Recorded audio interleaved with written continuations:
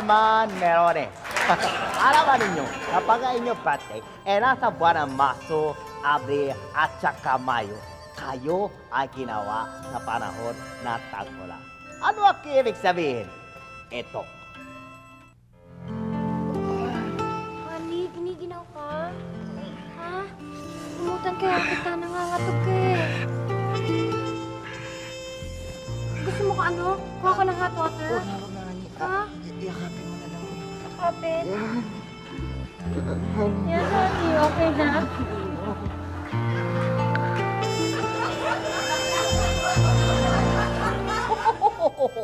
Ngayon, kung ang inyong birthday nasa buwan ng December, January, February, kayo naman ginawa sa panahon ng tag-init. Ganito malamang eksena ng inyong parents noon. Ba naman yung suot mo, init-init. Barin mo nga yan.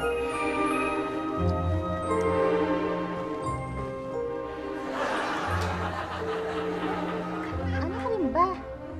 Hello, tignan mo. Pwede ba hubarin mo yung suot mo? Ang init-init, no? Sabay na lang tayo maghubad.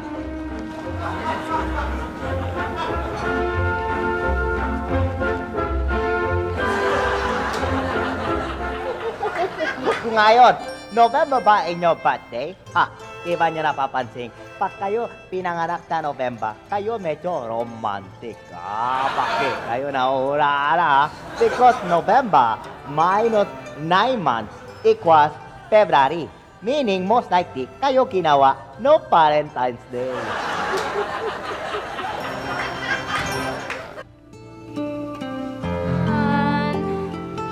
Honey, ano ba? Kanina pa ako naghihintay sa baba. Nasaan ka na ba? Honey! Chandan! Happy Valentine's, baby! Han! Ako si Cupido! At tutusukin kita! Yeah, baby! Ang ganda na hangin. Kaya siguro masasabi natin, yung mga merong birthday na November, dapat matinag sa mga bagay na matuturing, tapos hindi mahilig sa kulay pura. Tingnan naman natin ngayon mga tao, ang birthday nasa buwan ng October. Hindi nyo pa napapansin, sila medyo makugulatin yung mga birthday na October. Paano? Sila ginawa no January. Alam niyo naman, pag kayo sabay sa putok, sa puto ka para. Malamang talaga nakakagulat. Kuha nyo na. Ito pa. Maalala ko yung November 1986. Mga tao isinilang noong November 1986. Sila merong karakter na kontra sa kanila mga parents. Bakit?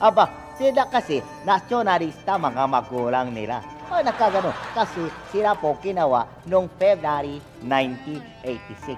Yung lahat ng mga tao sa EDSA, yung nakakanta sila doon, yung inyong tatay at saka nanay, sila nasa bahay. Ano kanila ginagawa?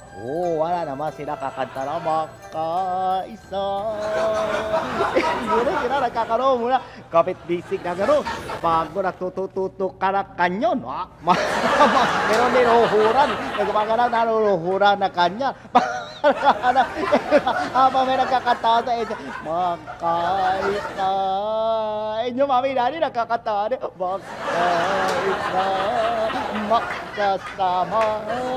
Sabi ka mo, aking